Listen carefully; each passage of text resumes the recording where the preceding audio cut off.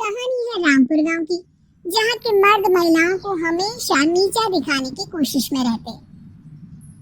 अरे अभी तक खाना नहीं आया, क्या मुझे एक और शादी करने की जरूरत है? नहीं जी नहीं, ऐसा मत करना, वरना मैं कहाँ जाऊंगी? खाना लेकर मैं अभी आई जी। गांव की पंचायत में भी फैसले हमेशा औरतों के खिलाफ ही रहते। मैं जो फैसला सुनाता हूँ वो भगवान की आज्ञा होती है। इस लड़के ने अपने मन से शादी करके अच्छा नहीं किया। लड़के को घर भेज दो और इसकी शादी इसकी जाति की किसी लड़के से करवा दो।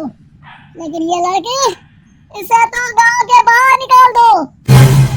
नहीं नहीं जमींदार साहब, ये क्या बोल रहे हैं? ऐसा नहीं हो सकता। मेरी बेटी मासूम है, इसे अच्छे बुरे की समझ नहीं है। अरे कहाँ जाएगी ये बेचारी? कहाँ जाएगी? इतनी चिंता है तो पूरे परिवार का गांव निकाला कर देते हैं।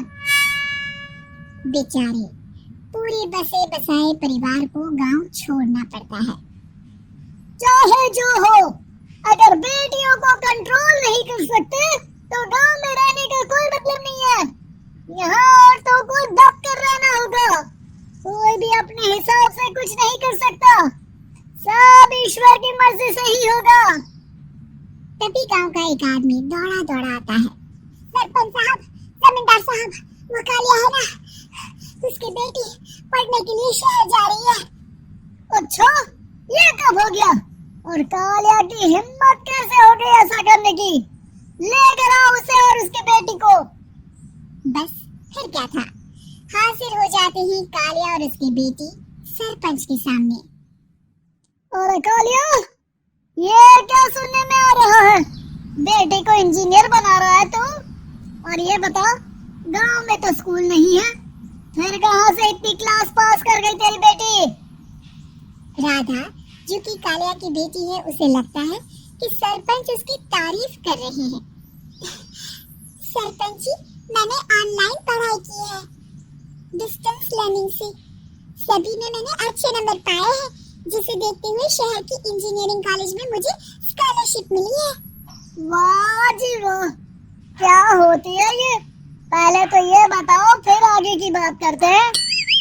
पूरा गांव राधा की बात सुन रहा था और राधा बोलती जा रही थी। तो ऐसे मैं फ्री में एक अच्छी शिक्षा लेकर गांव में जो कुछ परेशानियां हैं, जैसे बिजली, पानी और इंटरनेट जैसी समस्याओं के लिए काम करूंगी। मैं गांव को शहर से जोड़ने के लिए पुल का निर्माण करवाने का प्रस्ताव रखूंगी। मुझे पूरी उम्मीद है कि जल्द ही हमारा गांव भी तरक्की की राह पर चल पड़ेगा। राधा की बात सुनकर सारे गांव वाले ताली बजाने लगते हैं। सरपंच को समझ नहीं आता कि वो क्या करे। चुप रह नादान लड़की, गांव के खिलाफ जाने के लिए तुझे गांव से बेदखल कर दिया जाएगा, वो भी पूरे परिवार के साथ। और हाँ, अगर ठीक से गांव में रहना चाहती है तो ये पढ़ाई लिखाई छोड़ दे। हम तेरे लिए गांव का कोई होनहार लड़का देखेंगे। तभी गांव का एक आदमी बोल पड़ता है। अरे नहीं नहीं सरपंच जी, राधा बिटिया जो बता रही है, अगर वैसा हो जाए तो हम लोगों को पैसा कमाने के लिए बाहर नहीं जाना पड़ेगा। हाँ जी, और ना ही कोसों दूर पानी के लिए भटकना पड़ेगा। हमारे बच्चे भी अच्छी पढ़ाई कर सकेंगे और आगे बढ़ेंगे, ना कि हमारी तरह खेती करते बैठेंगे। क्यों गांव वालों, राधा बिटिया का साथ देना चाहिए ना? सरपंच देखता है कि गांव राधा के साथ है तो वो चुप हो जाता है। वो घर आकर अपने सलाहकार से बात करता है, जो बहुत ही चालाक किस्म का इंसान होता है। अरे सरपंच साहब, आपको बहुत ही होशियारी से काम लेना पड़ेगा। एक बार गांव तरक्की कर गया, यहाँ के बालक पढ़ लिए तो कोई ना पूछेगा आपको। और फिर ये जो बेटा और बेटी है ना आपके, इनको भी आम लोगों की तरह ही जीवन जीना होगा। हाँ, लेकिन करे तो क्या करे? वो ना आप मुझ पर छोड़ दीजिए, बस मैं जैसा बोलूं करते जाइए।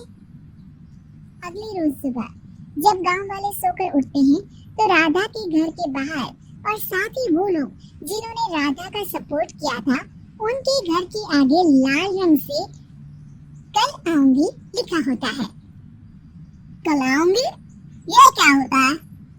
अरे ये तो खून से लिखा है, लगता है कोई भूत प्रेत या चुड़ैल का साया है। चलो सरपंच के पास चलते हैं। सभी सरपंच के पास जाकर उसे सारी बात बताते हैं। और ये तो बड़ी मुश्किल की बात है। चलो मैं एक बाबा को जानता हूँ, उन्हें बुला लेता हूँ। सरपंच बाबा को लेकर गांव के घर के बाहर जाता है। ओहो, तो ये वो चुड़ैल है जो उन लोगों को निशाना बनाते हैं जो गांव को बदलने का सपना देखते हैं। वो गांव को ऐसे ही संपन्न देखना चाहती है। वो नहीं चाहती कि कोई बाहरी यहाँ का कायाकल्प करे। क्या तुम लोगों में से किसी ने गांव को बदलने की सोच रखी है? तभी राधा की माँ रोते रोते आती है। मेरी राधा घर से गायब हो गई है। अरे कोई तो बचाओ, मेरी बच्ची कहाँ गई?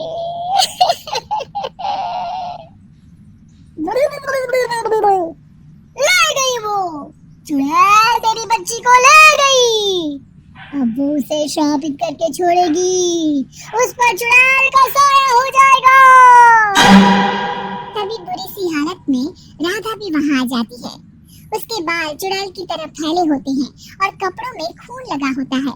सभी राधा को देखकर डर जाते हैं। माँ, पता नहीं मुझे कौन उठा कर ले गया था। अरे दूर दूर हो जा चुड़ैल, अब हम लोग इस गांव में नहीं रुकेंगे। अरे कैसे बातें कर रहे हैं आप? कल तो आप मेरे भरोसे गांव का हुलिया बदलने, अपने बच्चों को पढ़ाने और तरक्की उन्नति की बात कर रहे थे, तो आज क्या हो गया आपको? ये फिर तुम लोगों को बहकाएगी। ये चुड़ैल गांव में आ चुकी है। ऐसे ही ये तुम्हारे घर के बच्चों को भी ले जाएगी। गांव वाले राधा को गांव से बाहर निकाल देते हैं। उसके माँ बाप रोते रहते हैं, लेकिन गांव वाले नहीं मानते। मैं भी अपनी बहन के साथ गांव के बाहर रहूंगा, लेकिन वो पढ़ाई नहीं छोड़ेगी। वहीं सरपंच के घर पर सलाहकार कहता है, देखा, सांप भी मर गया और लाठी भी नहीं टूटी। लेकिन अगले ही दिन सरपंच के घर के बाहर भी वही शब्द लिखे होते हैं।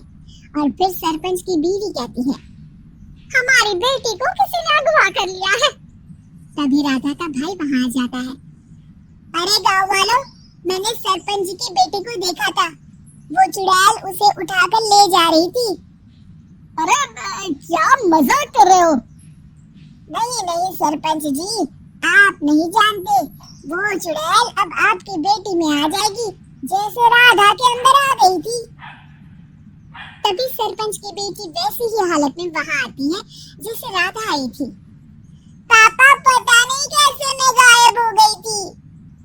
चुड़ैल, इसके अंदर भी चुड़ैल का साया है, मारो इसे।